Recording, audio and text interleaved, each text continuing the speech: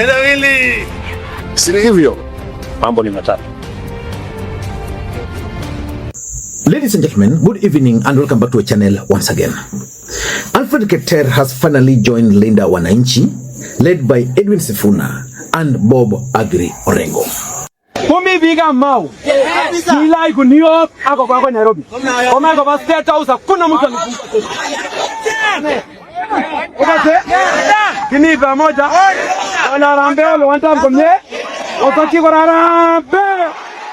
Wataki ya kuweka mkono hivi moja. Moja.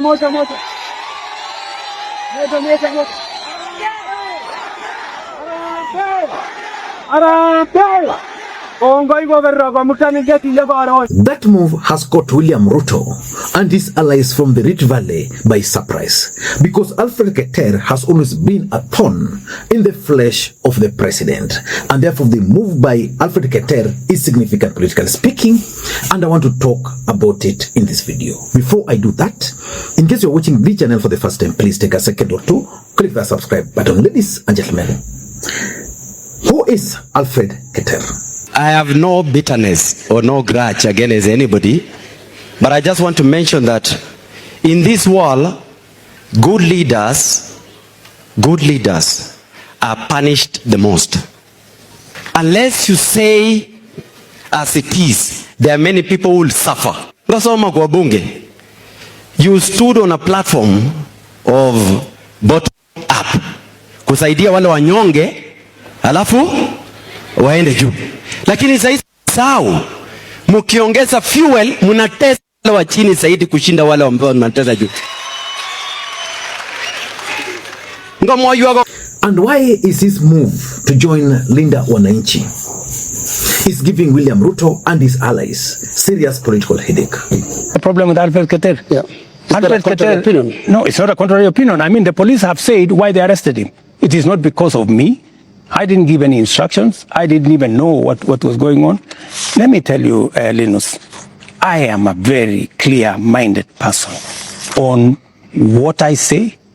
When it is the police, I have said, many of the people who opposed me, many of the people who were very scared about what I would do when I become president, even the people who did worse things against me, I have never gone after them. Because for me, the reasons why Alfred Keter's move is significant are as follows. Number one, Linda Wananchi has been trying to expand beyond the traditional ODM support base. Because remember, why was Linda Wananchi formed in the first place? It was formed as a faction within ODM party. But anyway, Sifuna grew. Many people outside ODM started joining Sifuna. And Sifuna has been trying to expand the territory. And in the Rift Valley, they didn't have a face. So today, with the entry of Alfred Keter, you can be sure that Sifuna and the group will now have a dependable player from the Rift Valley. And why is this a headache for Ruto? We all remember how the other day, during the by-election in Emurwadi Kir, how Rigathi Gachagua really complicated the equation there. So it exposed something in the Rift Valley, that the majority of them are in government, but they're not feeling the government. They are dissatisfied, but there's no way they can express themselves.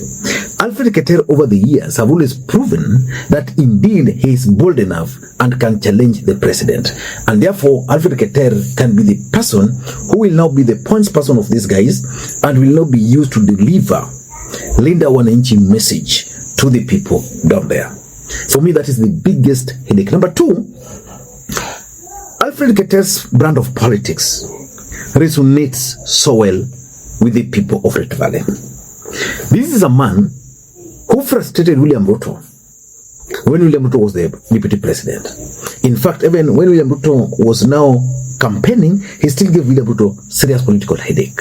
But then he decided to join UDA last minute, and he still ended up defeating everybody during the UDA nominations. In fact, if there's one man whose victory or whose election ought to have been scrutinized was that of Alfred Keter, because he defeated everybody during the UD nominations, but Ruto said, you gave me a lot of problems. I don't want anything to do with you. Then he came. Again, if you look at the margin, it was not very huge. So his brand of politics resonates. Remember, currently, William Ruto is the president, but this is the only guy from the Rift Valley who can take to a podium in a funeral deep down Rift Valley and attack the president and still will be cheered. And because his brand of politics resonates with the ground, there's the fear that he can actually intoxicate the minds of the voters from Rift Valley. William Ruto would be comfortable with any other person joining Linda Wananchi from the Rift Valley, but not Alfred Keter. Number 3 is what I call the Eldoret rally. I've been studying how Linda Wananchi are organizing their political rallies. They're very strategic. They hold a rally today, wait for 3 or 4 weeks, then announce another one. But they ensure that each of those rallies are hugely successful. And because of that, they've been able to maintain the momentum. They've been able to attract more people. Who would have imagined that their last rally was going to be hugely successful the way it was? They've announced a rally in Thika. I can assure you that rally in Thika is also going to be very successful. Then from Thika, where do you think they will go? Because strategically, they've been in Mombasa, they've been in Nyanza, they've been in Western, they've been in Nakuru, which is partly, you can say partly Rift Valley or Mount Kenya. Thika will be in Mount Kenya. They've been to Kambani. They're planning Meru, but I think their next stop is going to be Eldoret. And I've always maintained here that if there's a town where anybody can easily organize a successful rally, then it's Eldoret town. Raila used to do that. Because if you look at Eldoret town and the politics there, people like most of those leaders, there's a way, there's the Kikuyu population, there's the Luya population, there's the Luo population. So it's very easy normally to organize rallies there as opposition. But now we are talking of someone in the name of Alfred Keter now taking charge of Rift Valley. I can tell you that rally is going to be hugely successful. Hugely successful. And I think after that rally, they'll now go back to Nairobi for their final rallies and then make their announcement. Because Linda Wananchi's program was that they're supposed to leave ODM and announce their next party during a major political rally in Nairobi. Number 4, the entry now of Alfred Keter now complicates William Ruto's game plan for 2027. You see, William Ruto's game plan was very simple, but 2 things have complicated it. The first thing which complicated William Ruto's game plan was Rigathi Gachagua, because Ruto had hoped that after removing Rigathi, he was going to be sent into some political oblivion in the next few weeks. But we are seeing Rigathi still there. So he has complicated the equation. The other thing that complicated the equation for William Ruto was the death of Raila Odinga. But William Ruto's game plan from the onset was very simple. Win the presidency, do away with the mountain because of their numbers, they were going to be problematic. Then seek re-election, but during the re-election, focus on the Luo nation, the Luo nation, and generally, the ODM strongholds. That was the game plan. But now, that game plan is being disrupted because, number 1, Rigathi has decided that it's not going to just go like that. It's not going to go like that. It's going with a fight. It's really fighting. And therefore, the mountain is locked and he can still influence how the mountain will vote. Raila is not there. So it means even if Sifuna was still with these guys, the fact that Raila is not there, it was going to be a bit problematic.